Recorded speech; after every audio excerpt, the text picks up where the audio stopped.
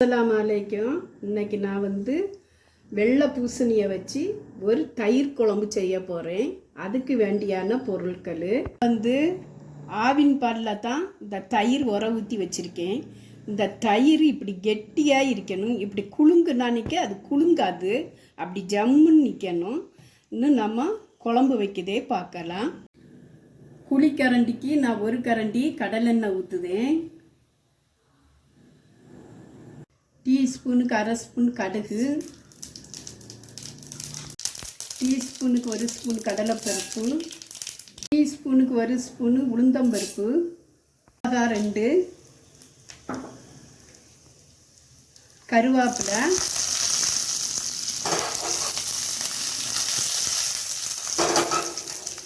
சின்ன வெங்காயம் 50, சின்ன வெங்காயம் மீடியம் சைஸில் வெட்டினா போதும். வெள்ளை பூசணி 1/4 கிலோ. வெள்ளை பூசணின்னு சொல்லலாம், தடியங்காவும் சொல்லலாம். இதை இதில் போடுவேன். இப்போ நல்லா கிளறி விடணும். ஒரு குட்டி ஸ்பூனுக்கு ஒரு ஸ்பூனு மிளகுத்தூள், இதையும் கிண்டி கொடுக்கலாம். டீஸ்பூனுக்கு அரை ஸ்பூன் உப்பு, கொஞ்சம் தண்ணி நம்ம தொளிச்சு வேக வைக்கலாம்.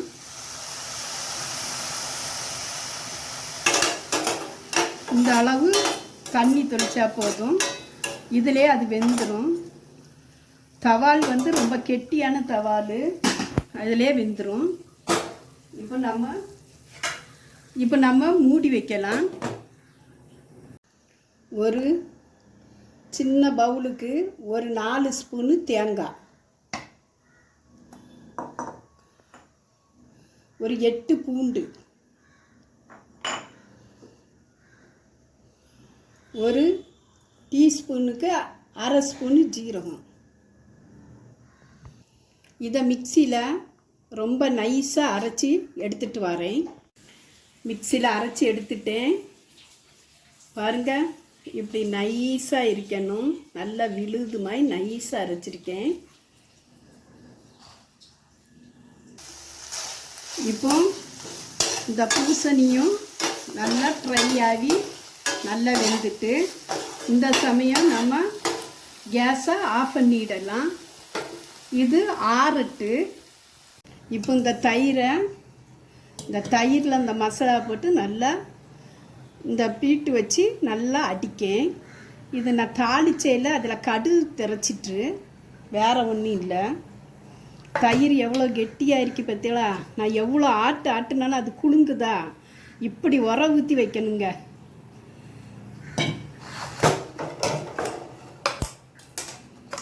இப்போ இந்த அரைச்ச விழுதை இந்த தயிரில் போடுவேன்.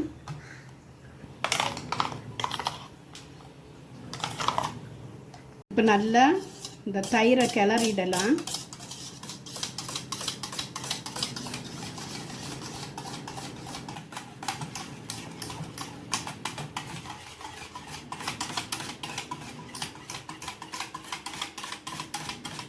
இந்த தயிரில் தேங்காயும் ஜீரகம் பூண்டு அடித்து நல்லா கலக்கி வச்சுட்டேன்.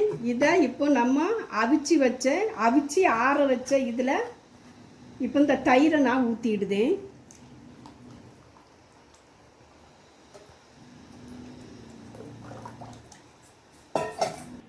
இப்போ நல்லா கிளறி விடலாம்.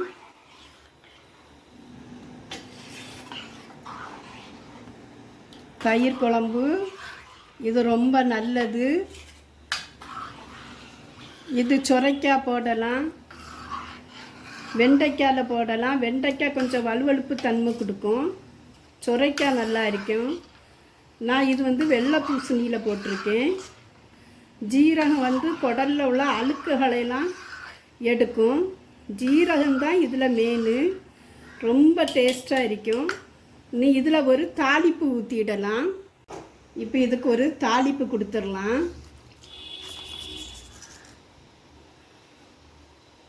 ஒன்றும் இல்லை, கொஞ்சம் கடலெண்ணெய் ஊற்றி வரமிளகாவும் கருவேப்பிலையும் தான் இதுக்கு ஒரு தாளிப்பு. ரொம்ப சூப்பராக இருக்கும். இதே மாதிரி நீங்கள்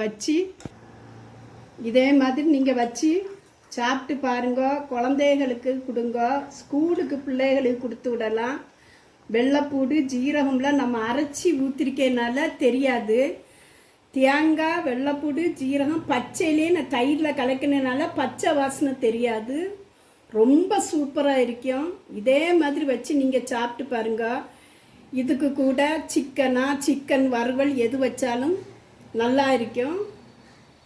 என்னுடைய வீடியோ பிடிச்சிருந்தா லைக் பண்ணுங்கள், ஷேர் பண்ணுங்கள், கமெண்ட் பண்ணுங்கள், சப்ஸ்கிரைப் பண்ணுங்கள். அஸ்ஸலாமு அலைக்கும்.